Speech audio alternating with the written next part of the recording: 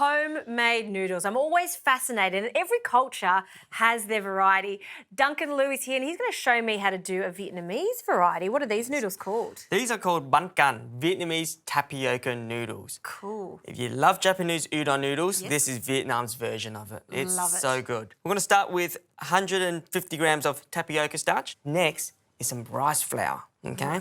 So straight in, that get to know each other. Pinch of salt. No one likes bland noodles. No. Splash of oil. Oil. Yeah, just a little bit, not too much. All right, let's mix this together nicely. Oh, making a bit of a mess. Let's bring some moisture into it now. You can add hot boiling water.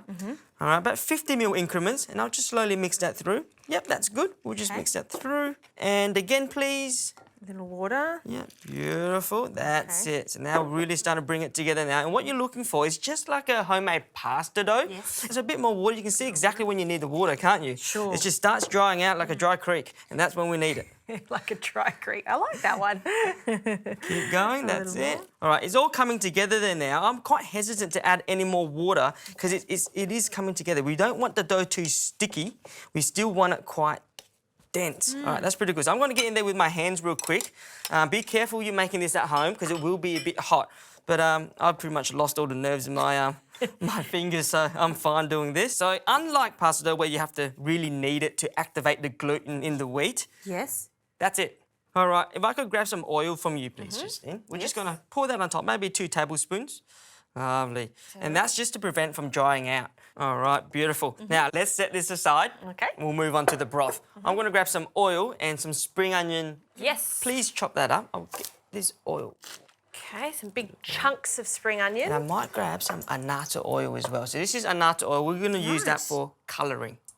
Okay, so that's going to give it that beautiful shimmer, that red, orange, majestic glow. Does it have a flavour too, or not really? It's neutral. Yep, okay. So in with the spring onions, thank you.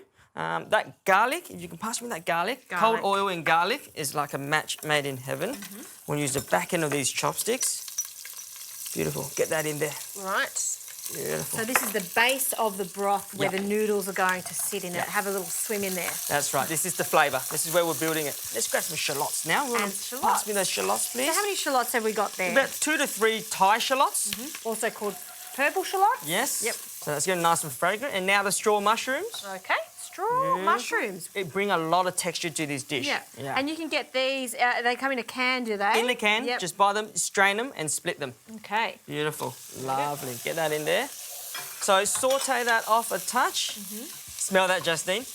Nice and fragrant. Very nice. Let's bring umami. Let's bring flavour. Okay. All right, so we've got red bow anchovy salt.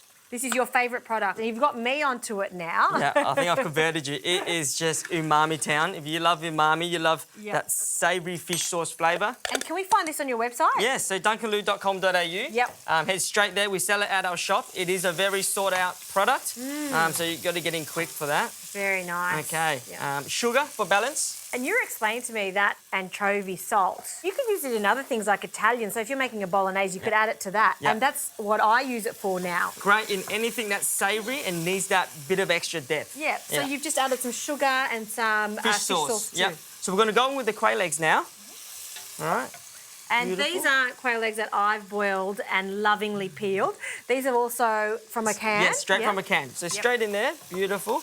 Because it is a tedious task, isn't it? Peeling quail eggs. And if you can find quail eggs, could you just use chicken eggs for this? Yeah, absolutely. Okay. Not a problem. Whatever you have in the kitchen. Okay, let's get on to the pork broth. Yes. And you've made this from scratch. Yeah, so this is a Vietnamese pork broth. And it is just full of flavour. But if you didn't want to make it from scratch, you could absolutely use a store-bought stock. Absolutely. Just to make it a really quick dish. Of course you can. Yep. Lovely. Beautiful. Look at that colour. It's coming along nicely. It's almost ready to go, but we're actually going to cook the noodles in the broth. So if you want to pass me those noodles, let's get onto it. Baking paper works really well in this recipe. Baking paper for you? I'll grab a piece here. Just for the floor. It means it doesn't stick to the kitchen bench. Yes. There we go. Beautiful. Thank you, Justine. So I'm going to grab about a quarter of that out, I reckon. Yeah. So just pop it straight onto the bottom mat. Right. Push it.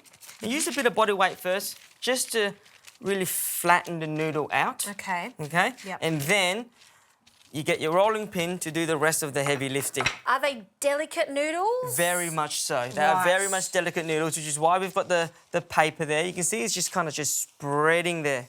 Okay, so it's quite a thick-ish noodle. Yeah, but let's have a look.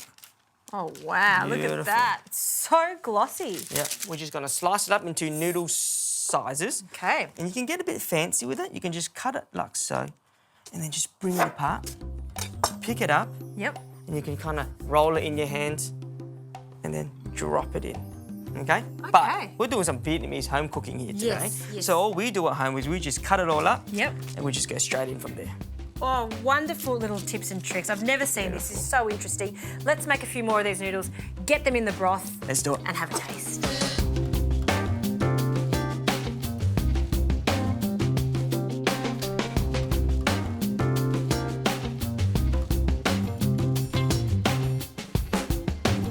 Right, just these noodles are ready. So what we're going to do is get onto the garnishing. Okay. We've got some beautiful coriander, sawtooth coriander, my favourite. Spring onions. Yep. So you just start slicing those spring onions. I'm going to thicken this soup. Okay. Because it's quite runny at the moment. We want it into like a decadent gravy. In with a bit of water. It's a real sort of hearty style soup Yeah. with those thick noodles. Yeah, that's right. And that's what you want because the noodles need to be coated in something. And so did you say that was Potato starch yeah, again? so you can use corn flour as an alternative, gluten-free and, yeah, very neutral in flavour.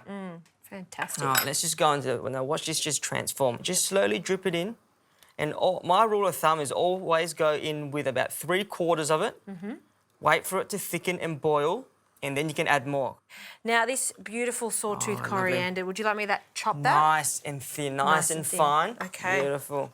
And it's one of those beautiful herbs that is used in a lot of Vietnamese cooking. You guys love herbs in your cooking. That, for me, that in a beef pho is just a game changer. Like, I struggle to eat a beef pho without it now. Yeah. That's looking good, nice and thick. Is that the consistency we're after? Yeah, it's bang on. So what we're going to do, I've got a little secret for you. We're going to bring in some spanner crab. So this is a bit of an Aussie twist, again, on the Vietnamese classic. Yes. We're going to go straight in with it. Yep. The whole lot. Whole lot. That's a lot of crab meat in there. It's beautiful. Spanner crabs are fantastic. One of my favourite crabs in Australia. Look at that. Beautiful. You see that spanner crab? It's just strange colour. It's good to go. Let's plate up, Justine. Looking forward to this. I'm going to grab some of those noodles, see what we can find. Beautiful. Look at that. And I can see they're not perfect. They're different shapes, they're different sizes. They've all been cooked for that amount of time, so it's all good to go. And they're sturdy. I think that's the most important thing. And that's the tapioca coming into play there. Yes. All right, that's beautiful. Let's ladle in a bit of that broth. Okay, I'll turn that off. Yep, thank you. All right, here we go. You take that wooden spoon out of the way. Thank you. Can. Here we go. Look at that.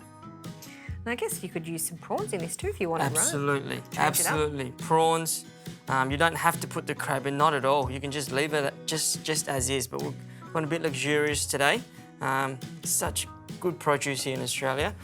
All right, let's garnish this. Sure. Dried shallots. Yep. Flavour, texture, beautiful. Go on with your garnishes. Just really Mix it together? Yeah, mix it together. Really, just drop it down. Lovely. Add a bit more. Go for it. Bit more? Yep. Now, white pepper. Aha. Beautiful. Nice flavour. Over the top? Yep, straight over the top. Freshly cracked white pepper. Say when.